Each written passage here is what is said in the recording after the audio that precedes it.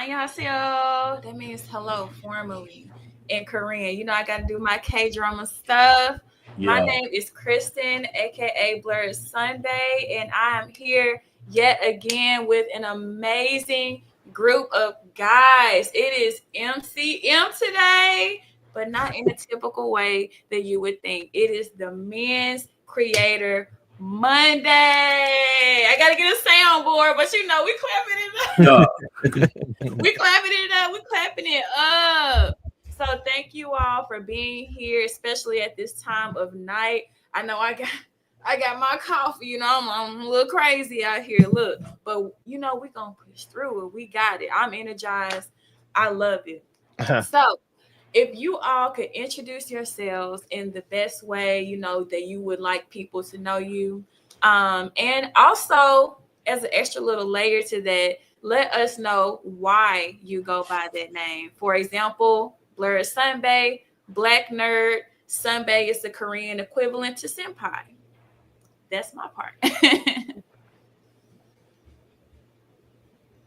You want to go first? Oh, sorry, I did not put it in any sort of order. So we can go Death God D, Aku, and Sayuran. Okay, I'm gonna mix it up here and there. gotcha. Def got That's D. My name, it came from when I was younger. I was like an edgy kid. I got like my full name is D Anthony.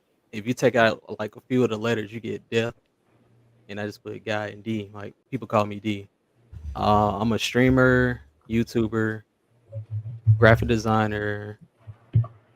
I roller skate. It's a lot of stuff I do. But yeah, those are the basis of what I do. You threw me off with the death part and like how parts of your name came together for that. I was like, that's a little scary. I didn't think about it like that. I'm just like, dang, he must like killing games or something like that. Threw me off, but I was like, you know what? I'm gonna be thinking about that. They'll get the wheels turning. I love it. Thank you. How about you, Aku? All right, so Aku the God, but I know I'm gonna keep it short for Aku. If you ever seen Samurai Jack, that's why I chose because I love Aku, and then I'm a gamer as well, so we want to go classic, and we're gonna talk about Crash Bandicoot. The Tiki Head is named Aku Aku, so that's how I kind of came up with my name. Ooh, Yeah. Okay, we got the OGs. And last but not least, Sayuran. Hello, world, and all who inhabit it. It is I, the Great Saiyan. I got it from the Great Saiyan Man. See? It's the Great Saiyan Man. Well, my name is Randall, so it's Great Saiyan Rand. Huh? Yeah. And then like I even got like the colors on a controller, which is fire. It says Saiyan. I don't know if the camera's gonna pick it up. It says Saiyan like right there. So yeah, it's a whole vibe. Yeah, you can get a custom lab controller.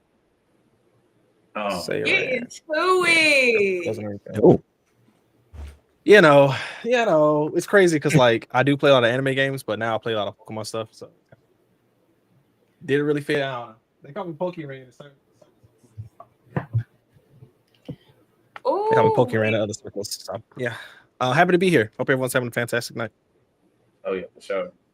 Absolutely. That's awesome. I gotta step my game up. You know, I got my little Inuyasha cover from my friends. Like a little something. Got some others, but I found this skin brand that does like really nice skins for like Switch 2, PS5, everything else. I just DM'd them and I was like, hey, y'all giving out skins for videos? Because I got you. Just go ahead. Just let me know. Please. We gotta have all the info because I gotta switch it up over here. I gotta switch it up. You know, now not to be biased, you know, I love everybody equally. I care for everybody equally. But I couldn't do this stream without, you know, rocking the merch. You know, I gotta. Oh Lord, appreciate it. I had to put the merch out there, boy. I was like, man, I haven't worn it on stream yet. What better time to do it than now? Okay. I appreciate it. That's the OG shirt. The OG. I was like, you know, it's so cute, something pink to match my headset. I love it. And they're cutting up in the chat, by the way. It's like a whole war going on between 2-3 people. You definitely showing favorites. That's crazy. No, that's tough. It's all love. It's all love. But All again, love. All love. thank y'all so much for being on. And for those of you who are starting to tune in and pour in and get engaged in the chat, you know, this is a mix of panelists and creators who bring the experience to DreamCon. Like without them, it's like, you know, like what you gonna do? You know, it's always vibes everywhere, but it's like, you know, that fun experience is something that's provided by them and very much appreciated. So with that being said, Aku, I'll start with you. How was this process of going into DreamCon? I'm not sure if it was like your first time being a panelist there, or if you're just so experienced at being a panelist that it's like, okay, I got it. But how was that experience going in, leading into your panel, and also let them know what the panel was? Oh man, so once I got that official email that said that I was confirmed to be a panelist, I was like, oh man, telling my bro like, hey dog, it's gonna go down, man. It's the third time I done try to submit, and I was like, dang. So it was just like a dream. The dream come true, honestly. And leading up to it, it was just crazy. It was wild. I had a interview with Uncle Ruckus before then, and that video like blew up right before DreamCon. So it was like amazing. Everything just fall in line so perfectly. And just leading up to DreamCon was just lit. Even that Thursday night for early badge pickup was just live. It was just live. But leading up to the panel was called Would You Rather? And so I have a bunch of different anime questions that I ask, and I'll be like, you know, would you rather have anime eyes with a human body or have an anime body with human eyes? You know, that's a fan favorite. So I did that. It was packed out house, and then I also came up with a new one called Anime Truth and Dare, a taco edition, like a week right before DreamCon. So I split my panel half. So first 30 minutes was that, second 30 minutes was the Truth and Dare, and it was live. It was lit. Ooh, I just feel like it had to be a lot of tussling going on in there. I just feel like, you know. Oh yeah, for sure. It was amazing. And especially like knowing, like, since like I guess it kind of trading off, like you interviewed me, now it's the other way around. Just like the way you be asking them questions, they'll get people heated. Okay. Oh, yeah, for sure. I'm still suffering the consequences. Okay, still suffering. But that's especially calling Hercule overrated. That's what's up. Now I will say, I don't know if you're like experiencing like a bit of lag. I can hear your sound perfectly fine. I think we may all have like some little tweaks here and there, but as far as like hearing y'all, perfectly fine, perfectly good. Just in case you need to check on something. Okay, appreciate it. Gotcha. I was just about to say, do I need to restart my PC because it's laggy? Okay. Yeah, I think that's what it was.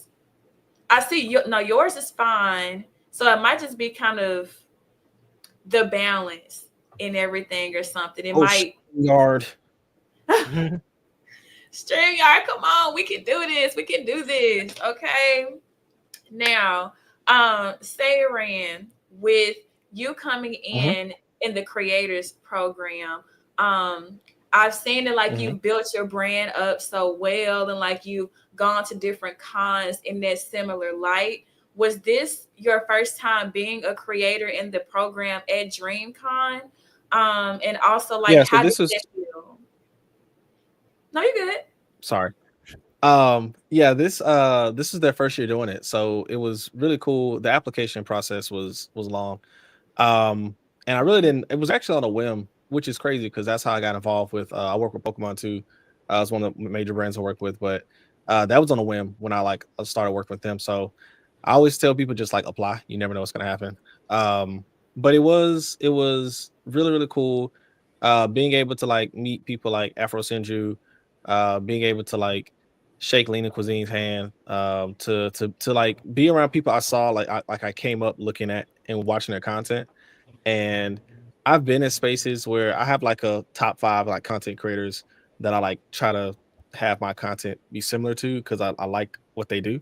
And being able to kind of like be in spaces where you see some of the people on your top 5, you can like shake their hand and say, hey, it was kind of like surreal. So I really appreciated it.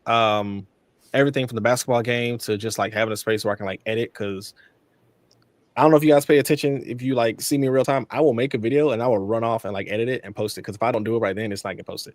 I did I need to interviews get with like people. you. I need to get like you. I learned that from my very first convention. PAX East in 2023 is my very first convention, and I was like on the con floor, and then I would run back upstairs, edit, run to, like, I did all that. And so that's kind of my my vibe when it comes to events. I'm 100% like on that. If it don't get posted like today, it ain't get posted. And there's like, I think I have like 4 videos from DreamCon sent on my hard drive. I never posted because I didn't. As soon as I went up to the Creator Lounge, someone asked me to do something else or go somewhere or take a picture or do something, so I forgot and it didn't get posted. Yeah. Oh my gosh, that is so cool. First of all, I need to take some notes. Okay. The way I'm still editing and going to edit more after this, I'm just like, oh my gosh, like I gotta get on it, man. Like some stuff from way back, I'm just like, ooh, because that real time stuff, yeah, that's when it really picks up.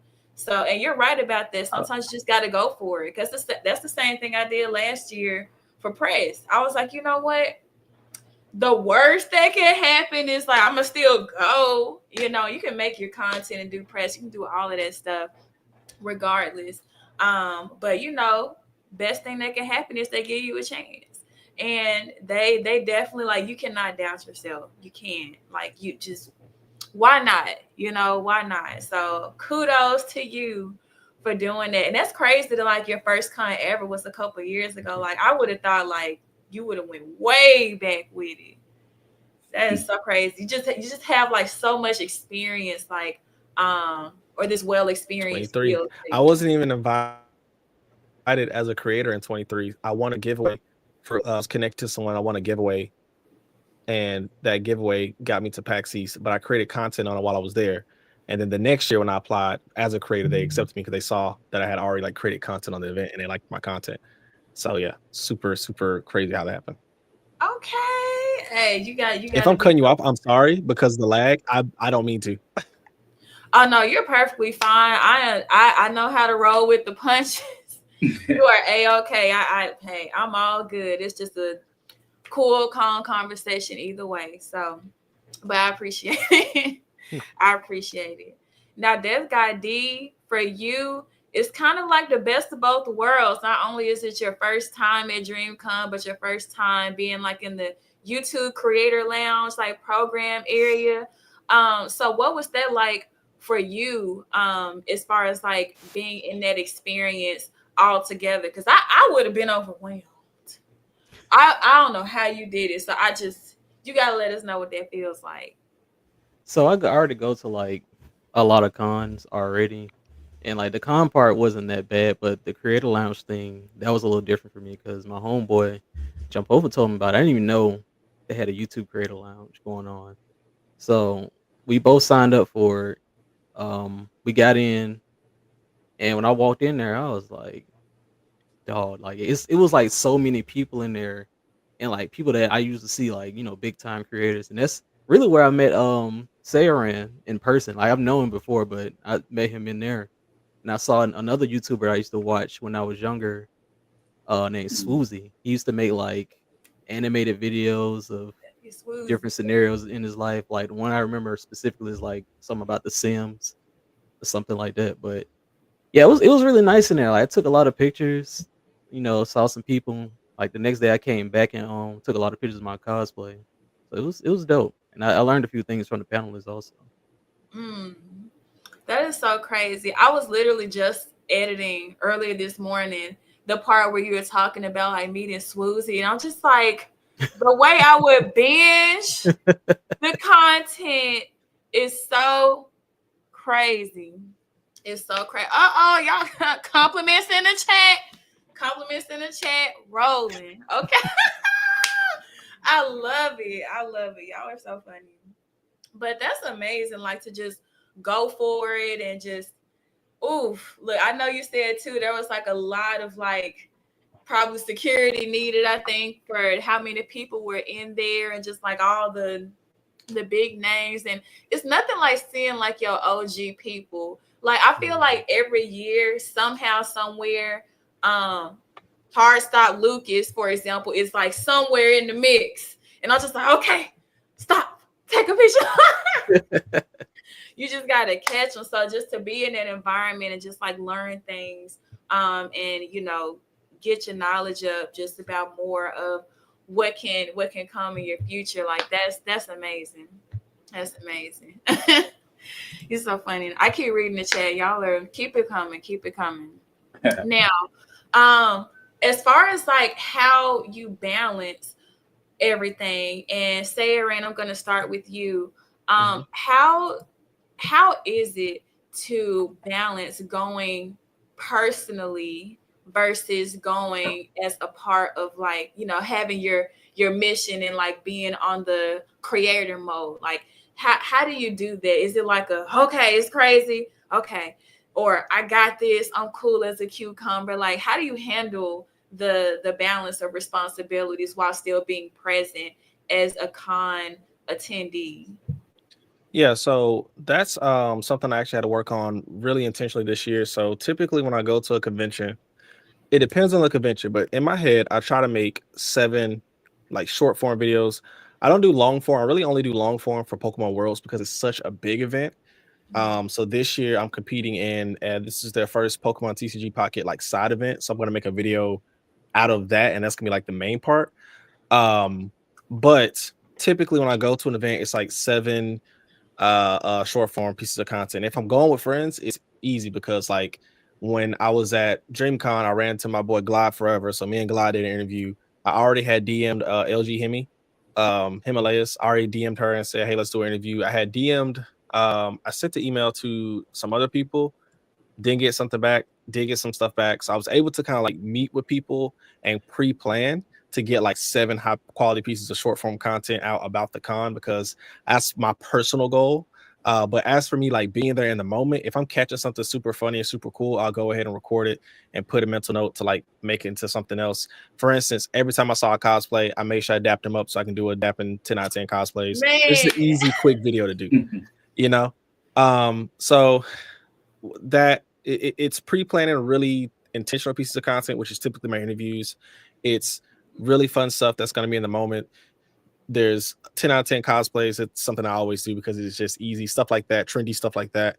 And then like while I'm there, I try to have fun because I want to experience the con. So there have been cons where I worked the whole time and I was like, dang, I didn't even get to meet this person or hang around this or see this thing. DreamCon there was so much going on that I know that next year I am probably just going to get a battery pack and a camera and just record everything, because I missed so much stuff. But that's why I did my day-by-day recaps. I did my day 1 at DreamCon as a creator, day 2 at DreamCon. I did those things because it was just so much, and I was like, I can remember it even if I didn't record it and tell you what or show you what happened.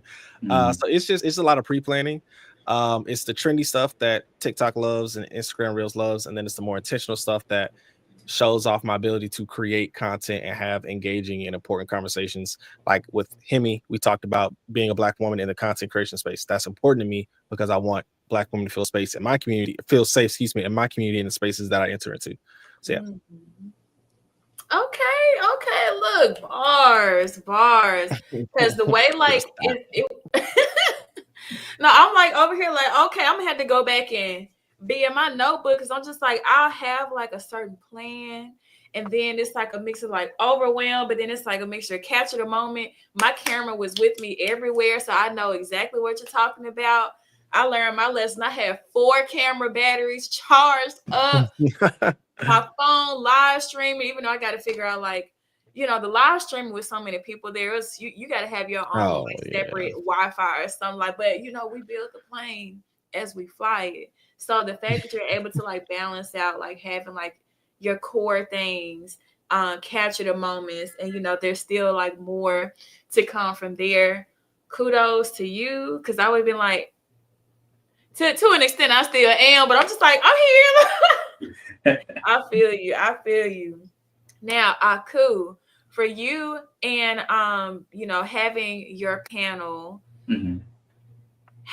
same question to you. How is it for you? Because you were doing panels and you were doing like, interviewing left and right. Like you were active in it too. So like, how does it feel, or like what can you say as far as like balancing being in such a heavy work mode? And so maybe it could be like, hey, it's work only, or like maybe you had a few moments here and there where you can like enjoy it for what it is too. I mean, you enjoy it overall, but overall, what's that balance like for you on your side?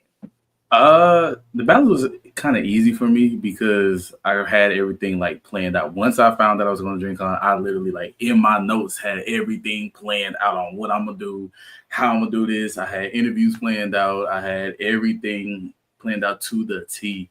So if I had an interview set up for somebody, oh, boom, hey, what time are you available? Blase, blase. Okay, this day, boom, and then an hour before the interview, hey, we still on for the interview. Where you at? Or sometimes it was like, oh, well, we can do it early. So I just had everything planned out. The way I do my recordings and stuff is I'm enjoying the con at the same time. I'm giving y'all that POV of the con from my point of view,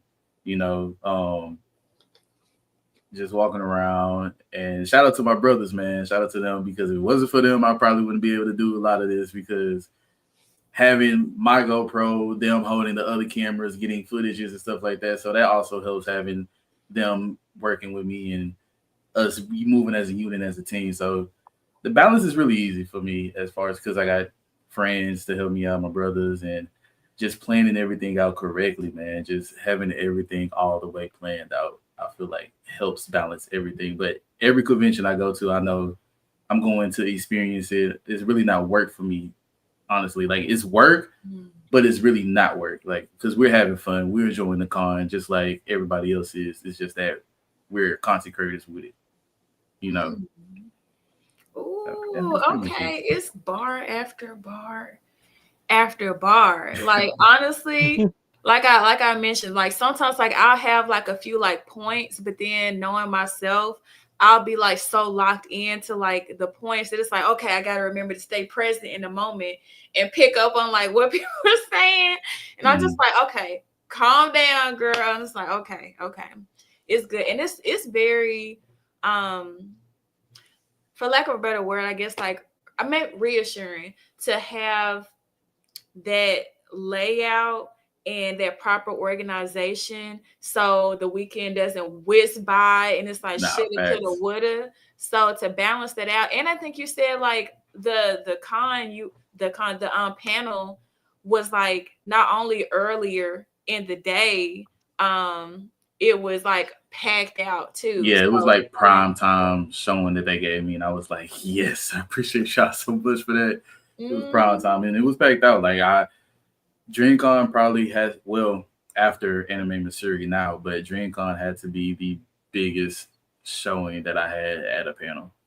It was like at least about 200, 250 people in there. Golly. I mean, I was even nervous at one point. Damn. I would have been like, hey.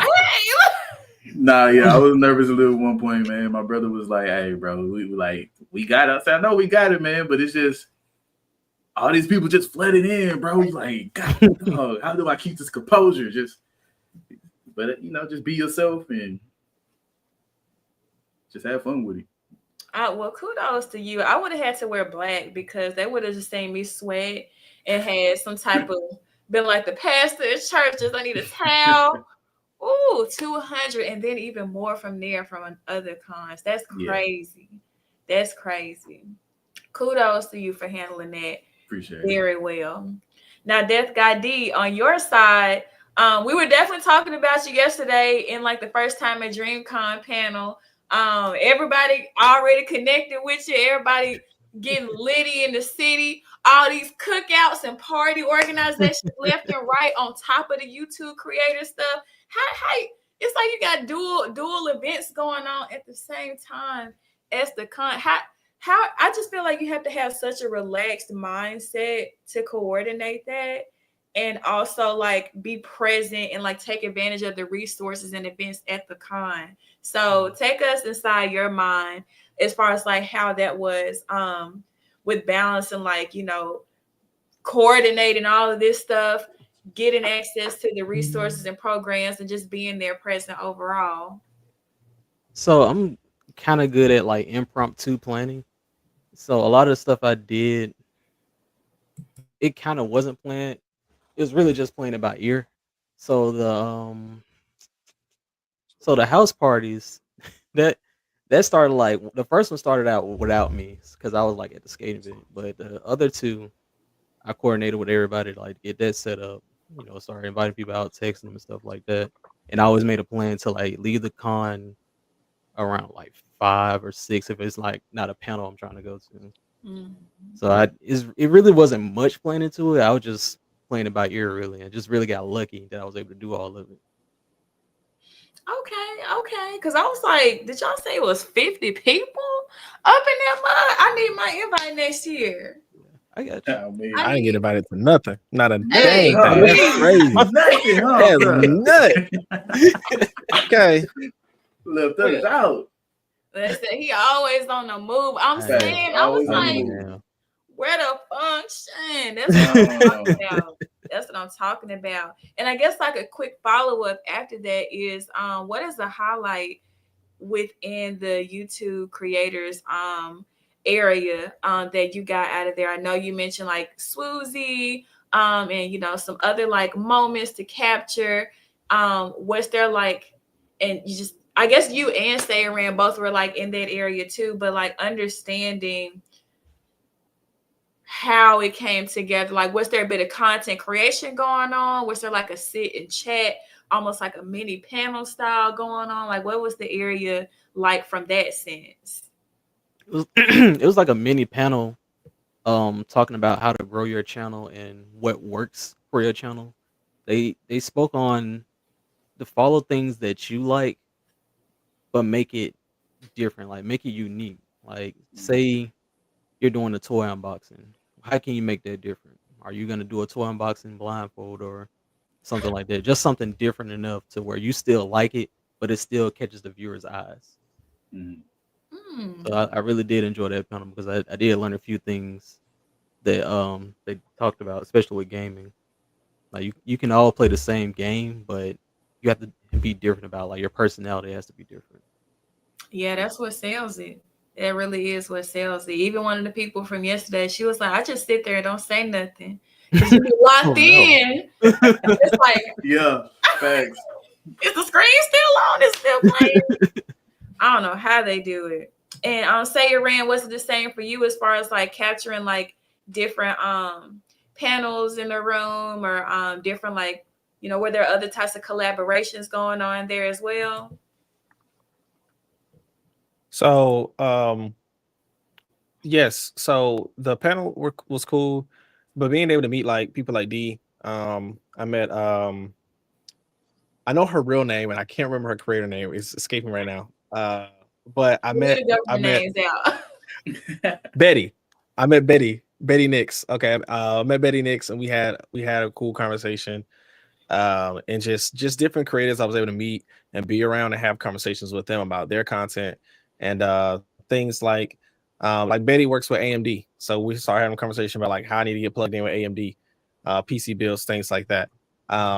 You know, I was having a conversation with D about just like enjoying the con and things like that. There was a somebody who randomly walked up to me because I was doing a thing called selfies with Saya. So basically, I was taking a selfie with everybody who like I knew on Twitter. I would randomly see them, but it was also so that people knew what I looked like in real life that weekend. So if they wanted to say, hey, they knew I was one doing selfies, so I'm obviously allowing people to walk up to me. I don't care. I'm not famous. But two, also it was more of a comfortable thing. So she walked up to me, we had a whole conversation, and I was able to meet her, and we had been interacting and been mutuals on Twitter for like 2 years. She's doing a partner push right now, so that was real cool. Just seeing a bunch of different people that I've like always interacted with on Twitter online. So that was really cool that we all gathered one place in the YouTube Creator Lounge. Also walking up to, there was like in the middle is a big little U, and you could walk up to YouTube staff and talk to them. And it was really cool talking to YouTube staff and asking them about my channel, and them saying, you're doing everything we normally tell people to do. Like, all right, cool. So like if YouTube say I'm doing, I gotta be doing something right. Like, right. Where to so check, okay? Right. Right. So that was really motivating. But the YouTube Creator Lounge had a lot more pizzazz and flair, and it had more. It was more of a comforting vibe. Like the DreamCon Creators Lounge itself did too. Like there was like arcade stuff in there. It was like cool too. But the YouTube Creator Lounge, I was like, I stood there for like 3 or 4 hours. Like, this is kind of a vibe. Oh my gosh. See, this is why I love this so much, because there are so many things, like even with like myself and like my press team, like there are so many undiscovered parts to the event. It's like, okay, we're gonna try to make it here, we're gonna make it there. What's this room? What is that? Oh, there's something everywhere. Yep. And that's what I love about it. We're getting the inside scoop. I love it. Now, for you all to have gotten to the place that you're at, you know, leading into DreamCon, there's always a starting place. Everybody got an origin story. Okay. True. So as far as your content creation or streaming journey, how did that get started for you all? Like, what is it that made you decide to take this step forward to getting that started? And how has that journey been up through this point? And I'll say Aku, Death Guy D, and Saya Ran. Okay. So mine is actually kind of a funny story. For those of y'all who do know, I did music. Me and my friends, we all do music. And the same friends that y'all see me at the cons is the same friends that I did music with. So we just all stick together. Coming back from Austin from a music trip, I forgot, we opened up for somebody.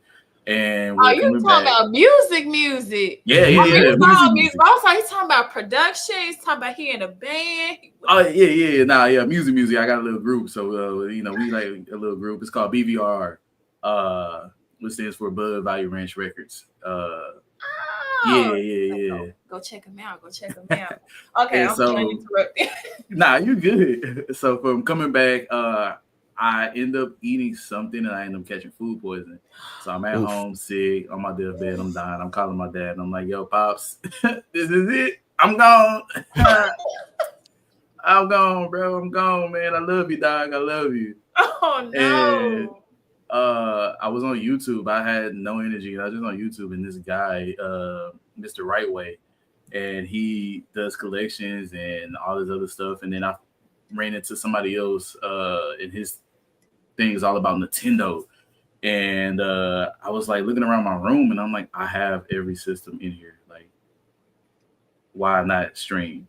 And so that's when I decided to start YouTube to do gaming. And really, my YouTube first off was gaming. And then my brother, shout out to Biggie Funk, he told me, he was like, bro, we all anime, go to a convention. That's all right, bet. So I went to my first convention, which was Retropalooza. And that's when I first started like vlogging and recording and stuff. And then after that, we went to KameyaCon, which was amazing. KameyaCon was amazing. And then after that, things just started blowing up from there. Just keep going up. From being a vendor to doing small panels, to now just doing big panels, where I'm at now, to where I'm at bigger conventions doing the panels. Anime Missouri, DreamCon, Etchy Expo, and just everywhere. And then Fan Expo as well in Dallas. So it's just, yeah. On the move. Oh my gosh. See, this how y'all know, like, it's not always just overnight. I was just saying this. You see overnight success, but it's like 5-10 years behind it. There's like all these battle stories behind it.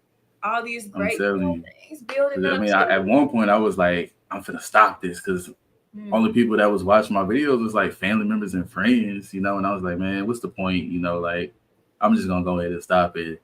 Talking to my friends and my family, and then I ended up coming across the video of the person that Mr. Right Way, he was talking about how he started off and he almost stopped it. And I was like, you know what, I'm not gonna stop. I'm gonna keep going. I'm gonna keep going. I'm gonna still give it my all, because it's gonna eventually pay off.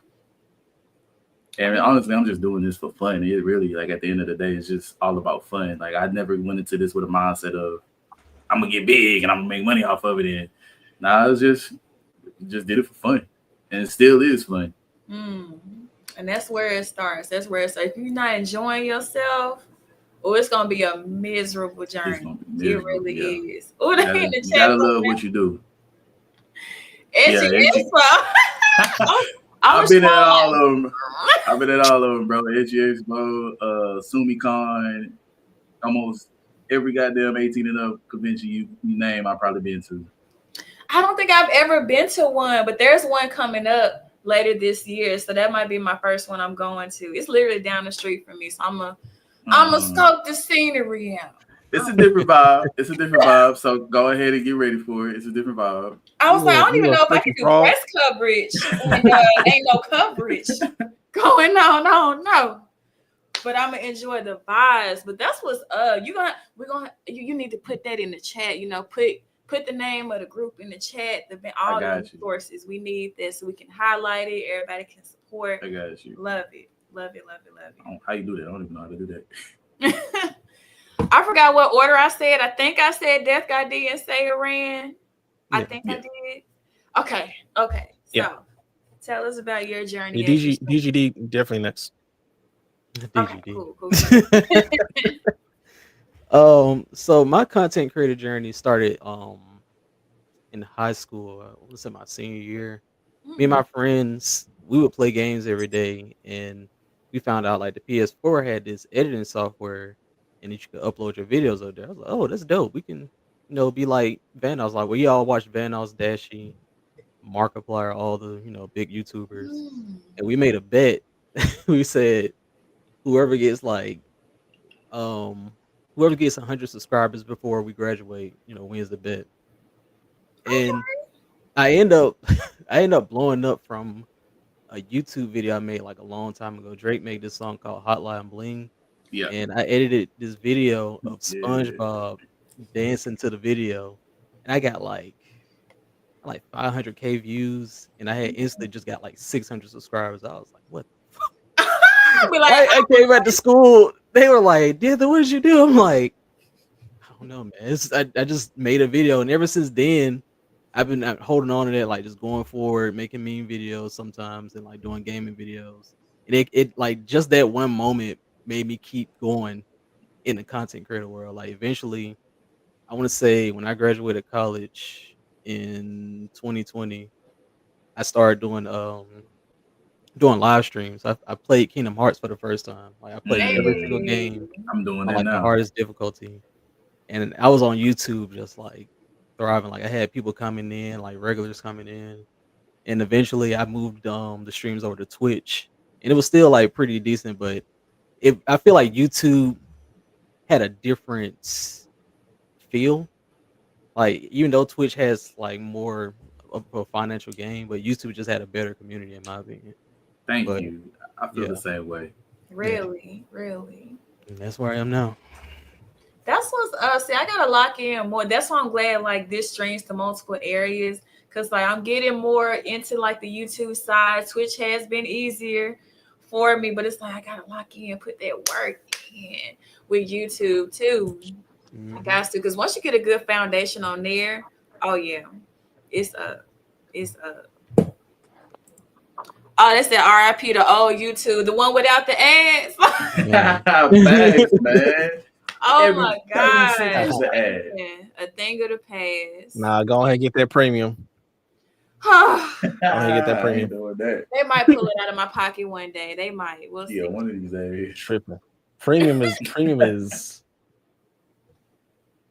it's the way to go. That one, I might be convinced. I might have to see what the price is talking about. We'll see. Now, how about you, Say Iran? What has the journey been like, as far as like what made you get started on this, content creator journey, streaming journey, and through, where you are now? They will never get my money. It's crazy. So during COVID, just like everybody was, I had started gaming more. I had kind of fell out of it. But I realized that I only had like one friend I could really like have conversations about gaming with. And so I was like, man, I wish I had more people I could talk to about it. So then I started to like make videos.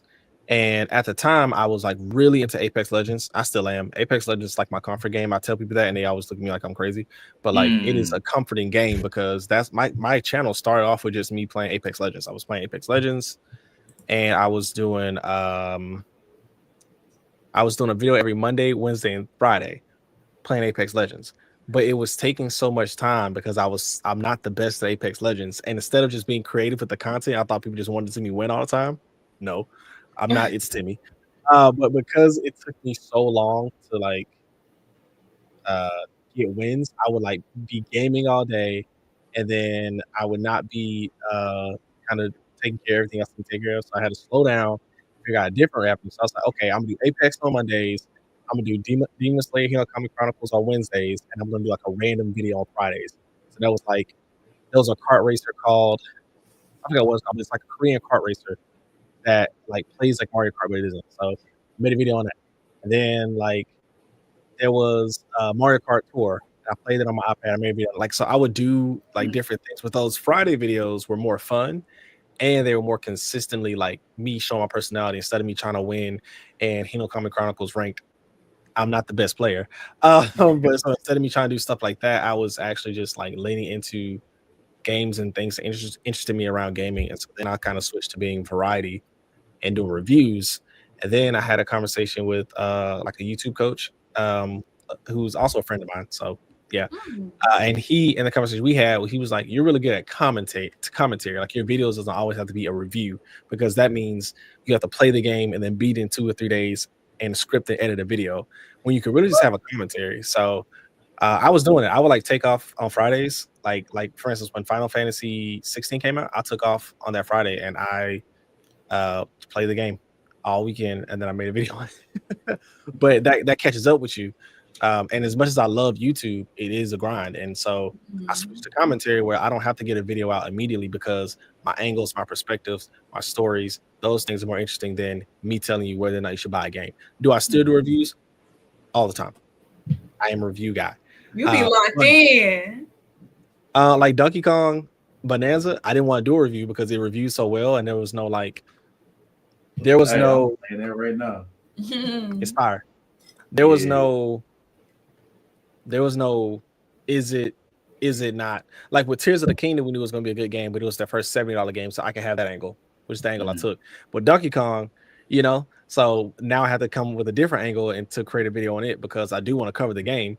But obviously, if I do cover the game, I need to have a different perspective because if you want to review, there's bigger creators who have more time, editing teams, things like that, who can make their videos. And so I had to learn that. But I fell in love with YouTube. I used to stream Call of Duty on Twitch, like when Vanguard first came out, no camera, no mic, just streaming to Twitch. Now I don't do that. I stream more on Twitch. My journey going into Pokemon Worlds and doing the Pokemon TCG Pocket tournament.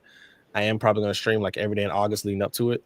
Pokemon TCG Pocket on Twitch. So that'll probably be a thing. But I was never really a big streamer or great at streaming, but like making a video and like having a camera and having things I want to talk about and convey to people was always kind of my passion when it came to gaming and everything else in life. So it just fit. It made sense when I actually like decided to lock into it. That's what's up. Look, even without the camera, sometimes there's an audience for everything, I think last year when I interviewed Joe Sue, like I was starting to learn and understand a bit more about like VTubers and stuff like that, and like how it's like the avatar versus like the person. Like there is something for everything. So people gonna be locked into the game, they're gonna be locked into you. It's a lesson learner along the way. And sometimes it's scary to kind of go on that journey of like, okay, they're just going to see me grow as I go and figure it out. And that can be limiting at times, just kind of our own self-thoughts. But, as we push forward, it's like, you know what, they here. And like you said, like you think they just want to see you win. Now they want to see you win, but maybe not in the way that you think, you know. So they just want to see you grow and thrive, and that's wonderful. level. So definitely kudos to you for the way that you grind. Now, another thing that I'm curious about, it seems like everybody has some type of like level of Twitch affiliate or certain partnerships or like certain brands that they work with or certain ways that they've grown to like build a certain connection in a way. And I wanted to talk about what that was like for you to obtain that, whether it was like a grind towards the pursuit. Like some YouTubers say, like, hey, I was hitting everybody's DMs until something happened. Or, you know, whether it was like I just happened to meet them at a convention and, you know, things went from there. Or even if like that's not your story, you know, what's the best connection that you've gotten out of your journey that really was a turning point for where you've been growing so far? And I'll say Death Guy D, Sayaran, Aku. Okay. So I don't have any brands under the belt necessarily right now. Like I have my roller skating group that I put on like my media kit, you know, just to, you know, show it off on paper. But like I'll break my ankles. Do you roller skate at City Walk? You said what now? Do you roller skate at City Walk? Yeah, like every Sunday, just about. Yeah. Oh, I have some inlines, but I can't skate them, so I need to buy some quads, and then I'll pull up on you. Okay, man. Let me know. Yeah, because my inlines, I did a whole I was about to break my ankle. I said, let me get some quads. My knees was like this. Oh. A grown man skate like this is crazy. Oh Lord. Our balance is horrible. What's my best day? But yeah, I do have that. But my favorite part, like throughout the whole content creator thing, is just like meeting the people, like just the connections I've gained. A few of my friends, like Josu, you know, Skate Gates, you know, Sayaran, Blerd, Sunbae, just everybody that I've like run into through content creation has like always been a positive vibe. Like I did have a few run-ins where it wasn't so good, but I was able to get them out of my life easily. So everything is just peaches and cream now. So I do enjoy that. You know what I mean? Hey, it's a journey of lessons. I feel you on that. Definitely got a follow from me. Yes, I know that's right. Support. Appreciate you. I love it. So for me, my initial grind to YouTube partner was like the most important to me. Because I knew that everything else would kind of come secondarily. It would just come. So for me, it was grinding to YouTube partner. So I was putting out videos every Monday, Wednesday, Friday. I was streaming. I think I would like put out a video and then stream right after it. So like even if you didn't see my video, you're gonna see me at the top of your sub because I was live. And then I kept so all of my streams are like what's what I'm looking for. They're basically all of my streams are basically they have a title, like a theme, a central idea. So and a thumbnail too. So like I would watch my VODs back and like send people my VODs to make sure they're watching my stream VODs because I was racking up my watch hours. Because I had the views and I had the subs, I just didn't have the watch hours. This was the part I was struggling with at the time. And so that was really, really interesting time because I was pursuing a goal, and I think that we're at our best when we're pursuing a goal, but most people don't pursue a goal past like school. They kind of just fizzle out. But this was me pursuing something that was super important to me that I really, really wanted, and that was hard. Now getting a Twitch affiliate, I literally got it in a week because I already had a YouTube. I had a YouTube foundation, so people who knew me as a creator, but never had seen me stream, want to see me stream. So they would go to the platform that had the more streamer friendly chat and things like that. And then I got rated by somebody who I was really close with, still am, and they had like 70 viewers, and like 40 of them stuck around for like 2 hours after that. So I was like, oh, hit my numbers. I got a feeling that week. I said that feels like cheating. But at the same time, I was going to get affiliate. Like I said, I had a YouTube foundation. Even when I stream on YouTube, I may have like 100 concurrent, but because no one cares about YouTube stream numbers, knowing like every time I apply on something, it doesn't matter. You asked another question about working with brands and different organizations and things like that. I Mhm. think you should always vet the brand you're working with, because I get emails all the time from random brands. I have a stack of products like right here. Y'all can't see it. That I have to make a video on tomorrow. But brands will send me stuff now, and it's really cool getting to that point. But before, when they weren't sending me stuff, I was doing videos on products I like this controller. I love this controller, but this one was sent to me for free. But like the actual controller, I've always used this one. I bought it with my own money and then made an unboxing video on it. This brand has never worked with me, but because I made a video for this brand reached out to me. So if you like something, you want to talk about it, just talk about it, and you'll never know where that goes. I'm to the point where like I have so many things on my desk right now. I got like these headphones that I need to make a video on, the in-ears. These are a really nice pair of headphones. They like retail for like 160, 170. And I'm just like, I guess, but I know that bass booming, boy. No, they're like the in-ears for streaming. So like people who don't like headphones, and it actually makes sense to me because I have a lot of hair right now. I'm just wearing a hat. Man, Like, I'm just okay. Let me adjust. Exactly, but those are in-ears, so they like sit in your ears, and you don't have to worry about your hair. So they actually make a lot of sense for me to make a video on, especially because I'm growing my hair out right now. So I guess tomorrow after my wash day, I'll make a video on it. I got like a box. You can't see it, but behind the door, I got like a big box that the brand sent me, a collector's edition of a game. So, but it came from me covering things I actually liked in a quality way that I was passionate about. And then brands would send me their things to cover them because they assume that I would cover their things in the same way, which I do. But typically, if I'm interested in it, I'm going to cover it in the way I want my audience to see it. And when you do that often enough, brands notice. When you have a decent reputation, when you don't act a fool when you go to cons, people may invite you places, people may want to see you in real life, and it just goes from there. But definitely building up a reputation of covering products, covering events, and covering whatever you want to cover in a way that you care about. Like right now, I was doing a bunch of video stuff. Now I'm doing green screen stuff because TikTok likes green screen stuff, and I really want my TikTok to get bigger. So now I'm doing green screen videos, and so just being in that bag until I decide to change to a different style of content. But doing whatever you do with quality goes a lot further than having the numbers, because there are a lot of people with big numbers who have really trash content, and there's a lot of people with no numbers who have amazing content. So you just got to be consistent, have the quality, and be passionate about what you want to talk about. Hey, you're right. First of all, it definitely pays to be professional, because I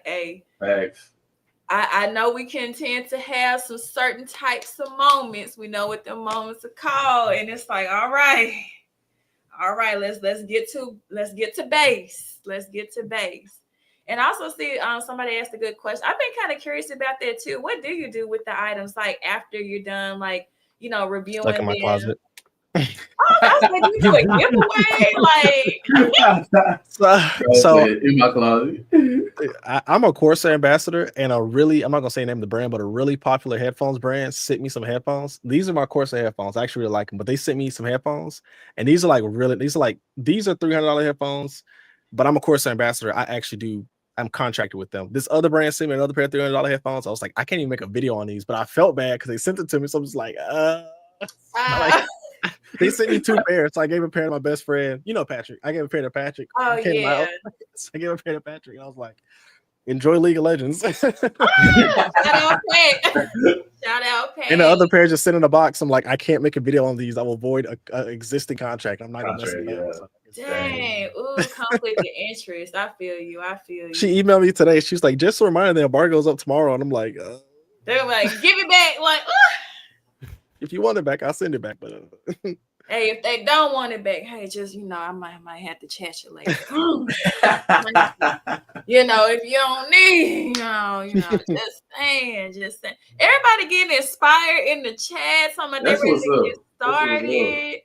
Let's see. It is inspiring. Streaming, getting better. Phone, got to work. Okay. Yeah, work on saving the videos. Yeah, build it up. Sometimes, like, I mess myself up with saving my stuff, so then I can take it from Twitch, edit it down, get it posted up. I'm just like, woof, well, I guess I just keep straight here. I got a question on that, because I am gonna start transitioning over to Twitch. I got a love-hate relationship with Twitch. Actually, I just real hate relationship. ownership at this moment. Oh, Because like I know no. when I first started doing Twitch, it was like nobody was in there at all whatsoever. I even did like the little paid thing to pay it or whatever, but that's when I really went over to YouTube, and that's when things started getting better as far as like streaming. I feel like you said earlier, YouTube just seems to have like a more friendlier, more cooler community than it does with Twitch. I mean, and then everybody, when you on Twitch, everybody already have a big time person they want to watch. Versus on YouTube, people are just finding random small content creators like me, you know, and just like tuning in and vibing. So, but how do you save your videos on Twitch? I save them locally on the software that I'm streaming from. So I record natively because I want that to be a higher, like if I'm uploading so when I do stream, I do take that VOD and chop it up and put it YouTube for like a bigger video. Like if I'm reviewing a game, I'll typically play like the first hour or two on YouTube, but I don't play further than that because I don't want people to get spoiled. But I record that in like 1440p resolution bitrate, stream at 8,000 because that's all Twitch will allow losers. Anyway, but I'll take that higher bit rate and I'll record it so that I can use that in the video later on, make that a short later on, or upload. I do upload my entire VODs to YouTube. Like if you go on my YouTube page right now, you'll see a thumbnail for every stream I've ever done, and it's always about something. Okay. That's how I do it. You can do it straight from YouTube or from Twitch, but they started limiting that, right? You can only do like you can only save they're like starting to put a cap like on it now. Did Yeah. they? Because that's how I've been doing it. It's very new. I think the cap was like July maybe. Yeah. Is when they start doing the cap. So yeah, you might want to go ahead and figure out what you're gonna do. Don't put it on the hard drive. Ooh. Yeah. I mean, you know, I normally do all my streaming on YouTube, and I like how YouTube it saves the stream right afterwards. So I thought that was pretty cool. But yeah, I do most of my streaming on YouTube. Do you multi-stream? Because you can also multi-stream. See, this laptop will not handle that. So I definitely got to work on getting the PC. Hey, this is really great software called Stream with Meld. I'm not partnered with them. They just make streaming a lot easier than OBS does, and it's a lot easier on your computer. I would check them out because I switched. I have like a 3060. I have a PC. It's older. I got it in like 2021. It's getting older. I need to update it, but I use Meld, and I'll be playing like Apex at like 130 FPS and stream with Meld. If I did have OBS, it'd be like 60 FPS. Oh and my then gosh. and OBS would be doing crazy stuff. So I would check them out on Twitter, and you can see some of the features they have. But I switched I met the team last year at DreamHack, but I didn't switch over until they did like a one-on-one thing with me because they wanted to talk to some creators and get like a one-on-one opinion on it. And I was like, this software is fire. This is much easier than OBS, and I don't do all that crazy stuff folks are doing on Twitch. MELD, Meld. Like I was like, I don't do all that crazy stuff folks be doing. They stream. We getting the notes today. Oh yeah, no, I like the Meld team. They're really nice. They're nice to me at least. I don't think I'm nice to all y'all, but they're nice to me. So be like, say your ring sent me. You can tell them that, and they will. Yeah, they like say rock me. That's my dog. Oh yeah, I got you for sure. Because I need something better than OBS right now because it's killing my laptop. It's pretty heavy. It also works on Mac too. So if you got like a MacBook or whatever. Okay. Works on I need that. But yeah, man, they're good people. They're good peoples. Gotcha. That's what's up. And I know you started to talk about some pieces a bit. It kind of naturally transitioned to you. But wow, you need to stop saying the nerves, I guess. Nah, you good. But for you, how has that been as far as, one of the best connections or maybe a few of the best connections that you've gotten along your journey, or, if there is like affiliate levels or certain like milestones that you've hit along the way? How's that been?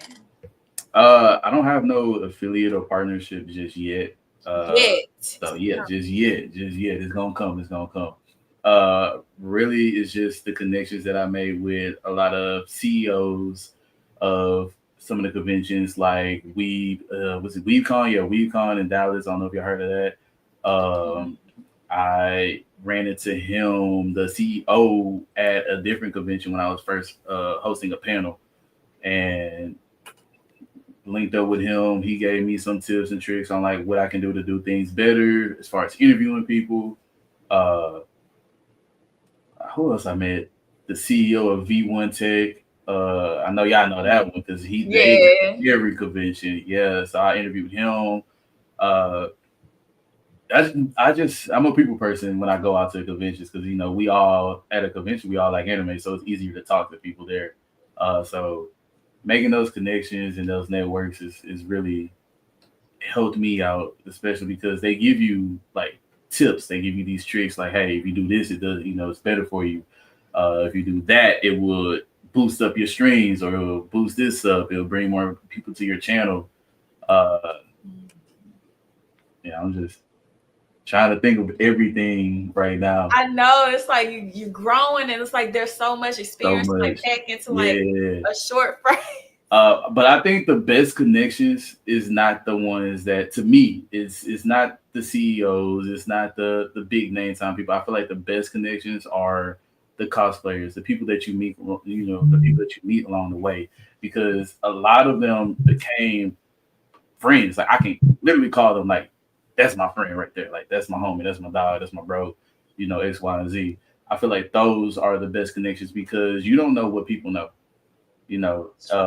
and it's a saying, hopefully I say it right, but it's not what you know, it's who you know. Mm-hmm. And so these smaller people that some people won't talk to or go, say hi and stuff like that to are the ones you really need to talk to.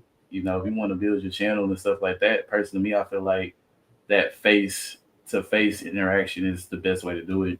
And the reason why I say it's better for the smaller people to talk to them and network with them, I just got an interview not too long ago to be on a magazine in Dallas.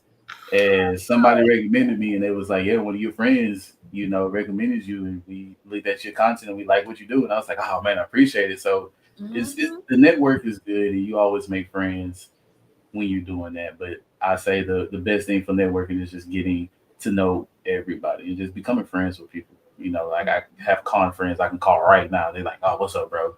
So that's what I say as far as like networking wise. Just be fun, talk to everybody, just be you, have fun.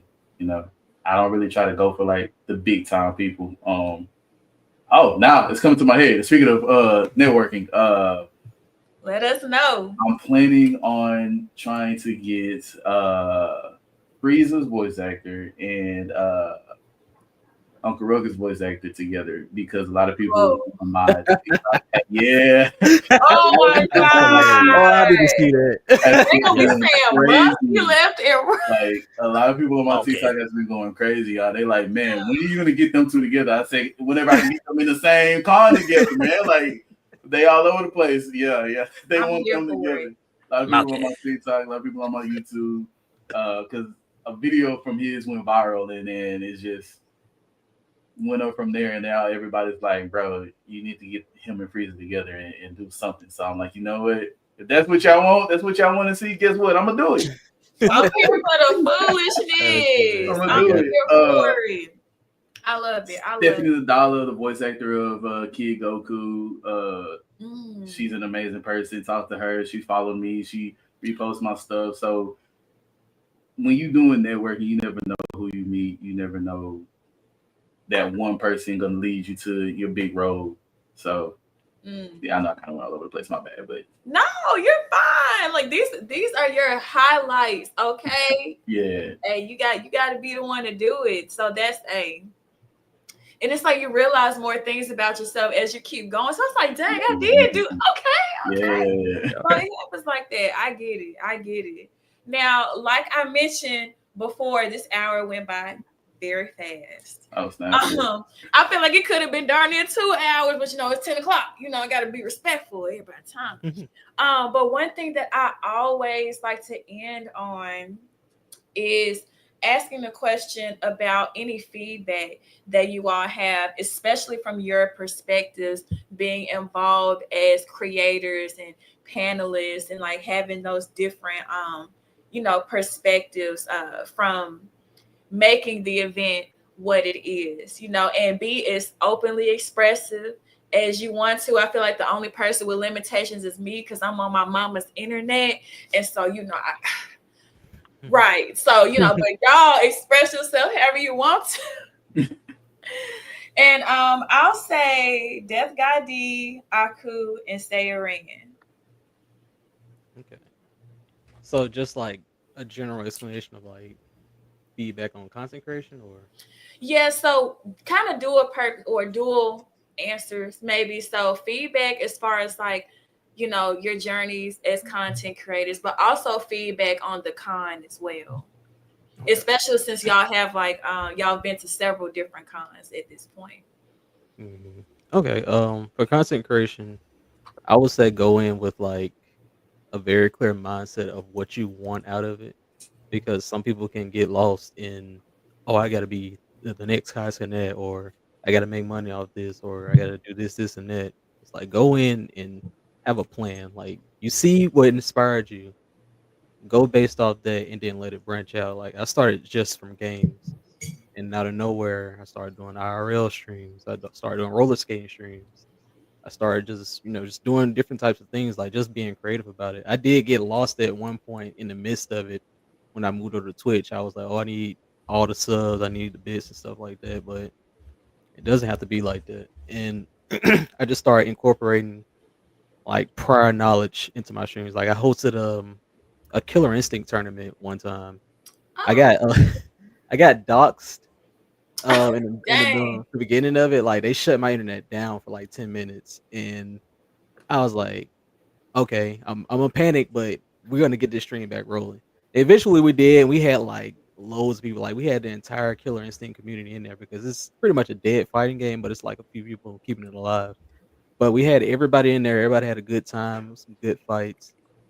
Um it was it was straight. It ended perfectly, and I felt good about it. Like I felt like I accomplished something, like, oh, this is my thing, and I made it happen. Hey, you did your thing. Sometimes you Yeah. just gotta go for it. You really do. Like we keep discovering more and more stuff. It's like I feel you should put event planner under your name at this point. That's how I feel. Probably so. I do plan a lot of people's trips, so yeah. Hey, hey, sound like But a plan to me. with DreamCon, my overall But don't like invite rating anybody to the for it, parties. It's cool.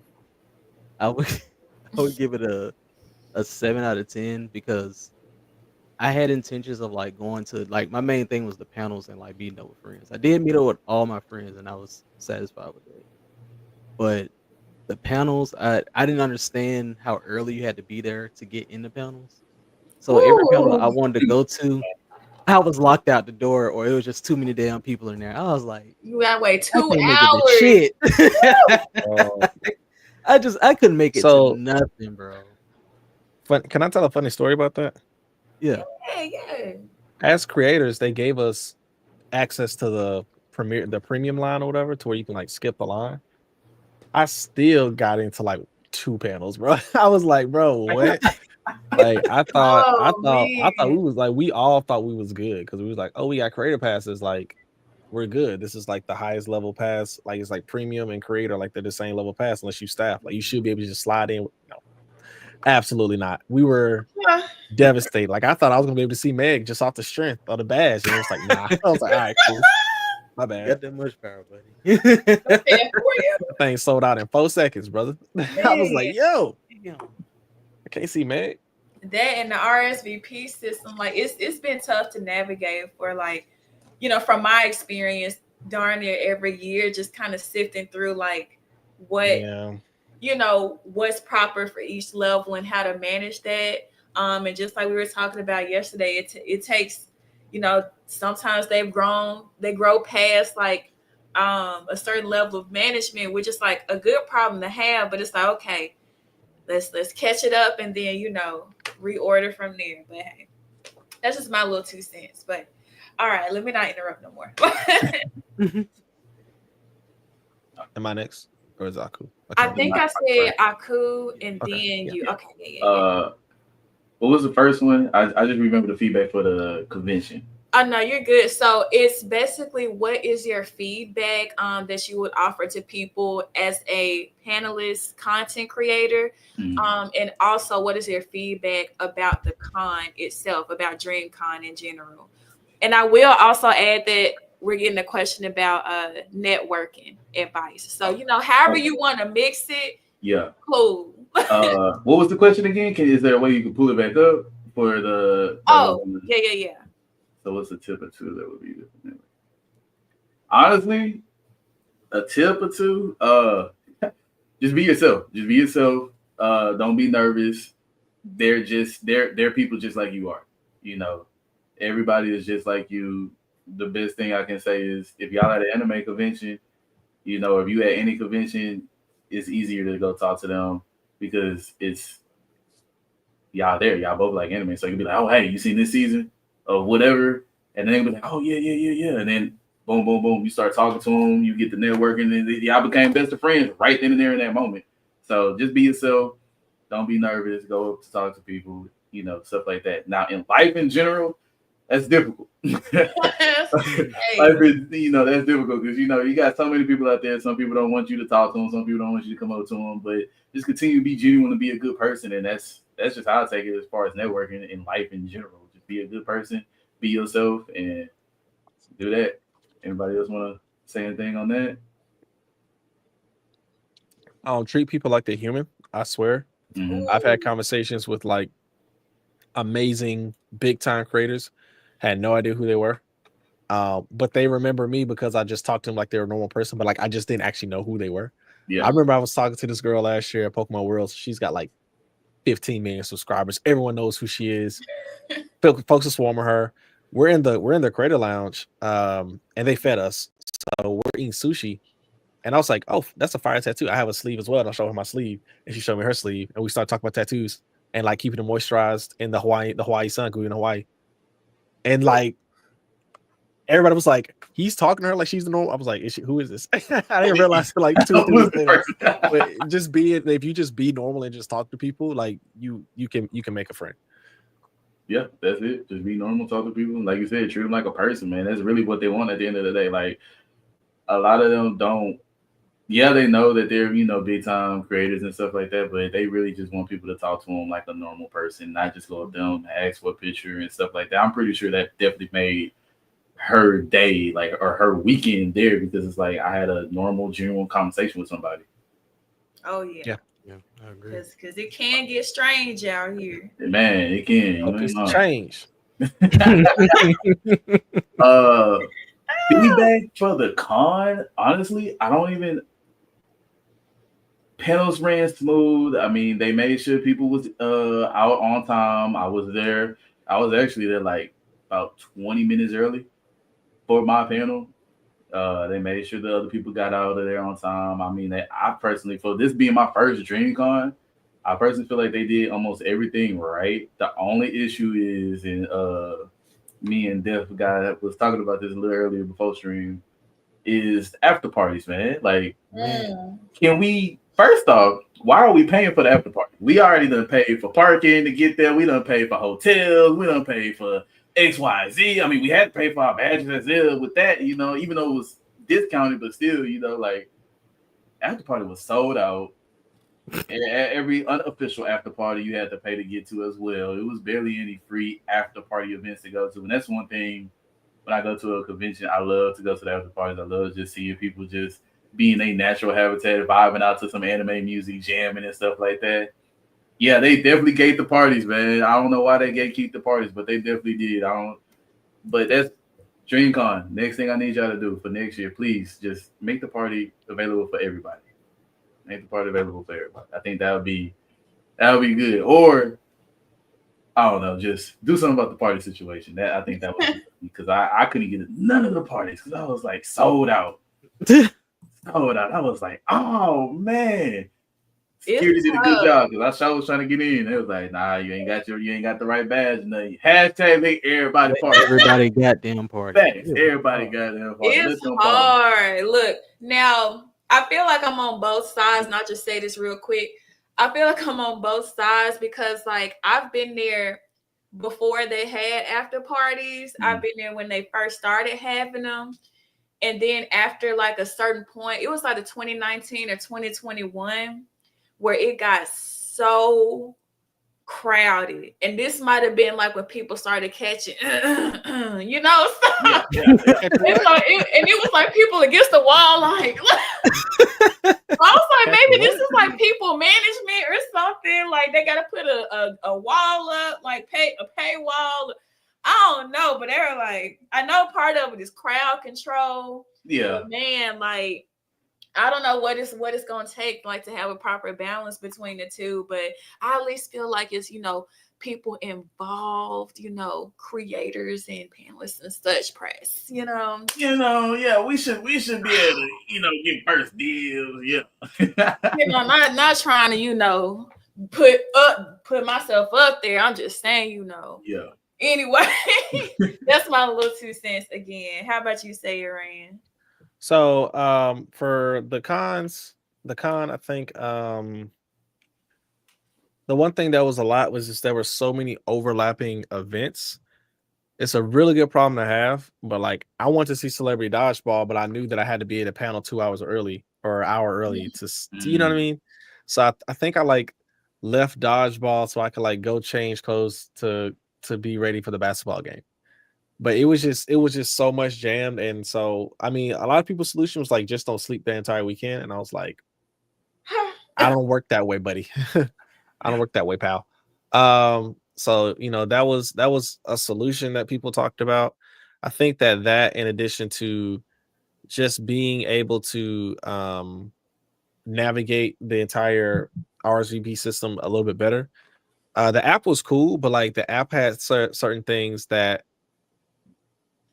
like wasn't like the event had certain things that weren't on the app, and then they would like slow drip it, like almost like DLC. Like they would, oh, okay, you can now RSVP for this thing. But if I would have known about it 4 days ago, I could have like already planned my entire trip. But because certain things were still being announced up until the actual panel, it was just a little bit more difficult.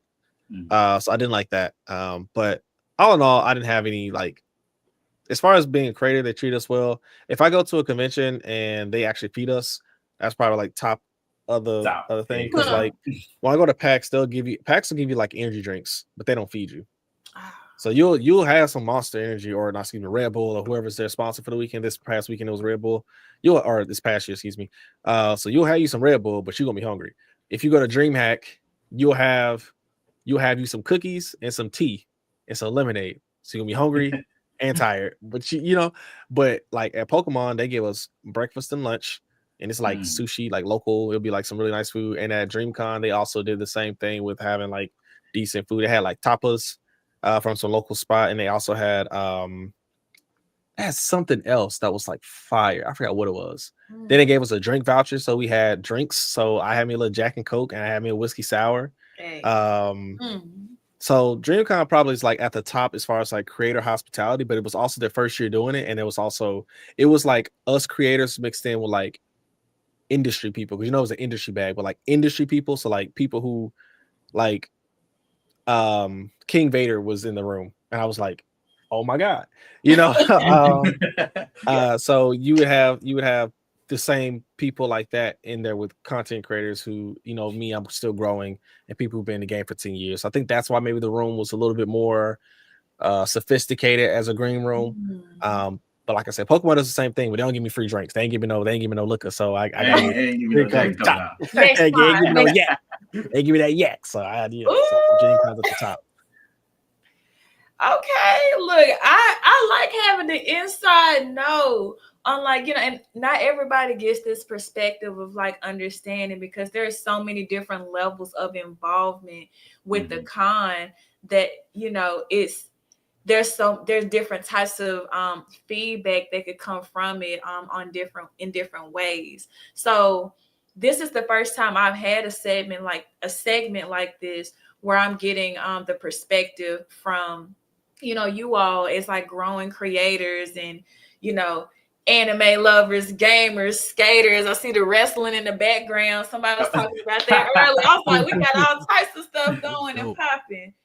So it's good to have the diversity and perspective and understanding, and I really appreciate y'all again so much for being on and sharing your wealth of knowledge. I appreciate you for providing. Yes, absolutely. And everybody be sure to go support. Everybody support everybody. Okay. Appreciate I you. appreciate y'all in the chat. And look, it's only up from here. Yeah. I'm a happy Sunbae. Yeah. Happy girl. And with that being said, y'all, it's been a great MCM. You know, will there be more in the future? I'm banking on it. We're going to see how we continue this forward, you know, and it's been wonderful. Thank you, W Strain. Have a blessed day. I love that. The stream. Saranghae, which means I love you in Korean. And like I always say, Sunbae out. Peace. Peace. Now take it easy.